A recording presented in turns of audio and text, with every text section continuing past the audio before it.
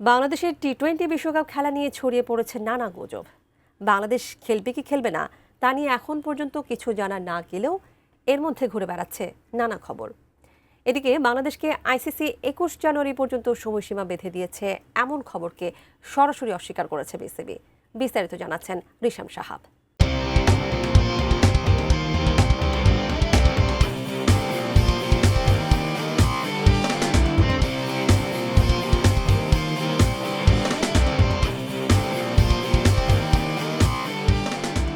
ICC টি-20 বিশ্বকাপ নিয়ে যেন চলছে রোমাঞ্চে ঠাসা এক থ্রিলার। নতুন নতুন ঘটনায় রোমাঞ্চের পারদ উঠছে চরমে, তবে আনুষ্ঠানিক সমাপ্তি যেন হচ্ছেই না। দফায় দফায় আইসিসি আর বিসিবির বৈঠক চলছে বিশ্বকাপে দল পাঠানো নিয়ে। এর মধ্যেই ভারতীয় সংবাদ মাধ্যমগুলোতে ভাসতে থাকে বিভিন্ন গুজব। কেউ বলে আইসিসি নাকি নির্দিষ্ট করে সময়সীমা বেঁধে দিয়েছে বিসিবিকে, আবার খবর আসতে থাকে বাংলাদেশের বিকল্প হিসেবে নাকি স্কটল্যান্ডকে ঠিক করে ফেলেছে আইসিসি। তবে বিসিবি জানাচ্ছে এসব খবর নাকি ভিত্তিহীন। নিরাপত্তা ইস্যু দেখিয়ে ভারত মুস্তাফিজকে আইপিএল থেকে বাদ দিলে শক্ত অবস্থান নেয় বাংলাদেশ। বিসিবি পাল্টা নিরাপত্তা ইস্যু দেখিয়ে দল না পাঠানোর মতো সিদ্ধান্ত নিলে ভারতের যেন ঘুম হারাম হয়ে যায়। ভিত্তিহীন সব খবর ভেসে বেড়াতে দেখা যায় তাদের সংবাদ মাধ্যমগুলোতে। ক্রিকইনফো দাবি করে ঢাকায় হওয়া বৈঠকে বিসিবিকে ২১ জানুয়ারি পর্যন্ত সময়সীমা বেঁধে দিয়েছে আইসিসি। তবে বিসিবির মিডিয়া কমিটির প্রধান আমজাদ হোসেনের দাবি এমন খবর সম্পূর্ণ মিথ্যা।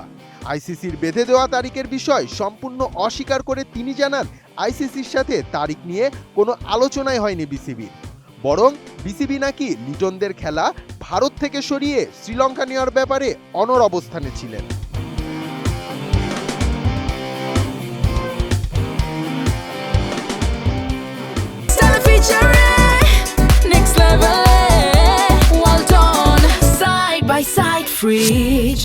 ক্রিকইনফোর আরেকটি সংবাদে দাবি করা হয় বাংলাদেশ নাকি ভারতে বিশ্বকাপ খেলতে না গেলে আইসিসি বিকল্প হিসেবে স্কটল্যান্ডকে ঠিক করে রেখেছে।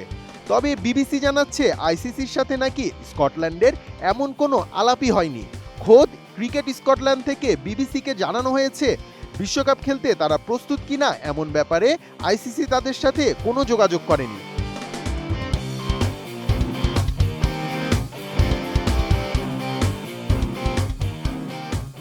স্কটল্যান্ড যদি বাংলাদেশের পরিবর্তে বিশ্বকাপে খেলার সুযোগ পায় তবে তা তারা লুফে নেবে এটি নিশ্চিত।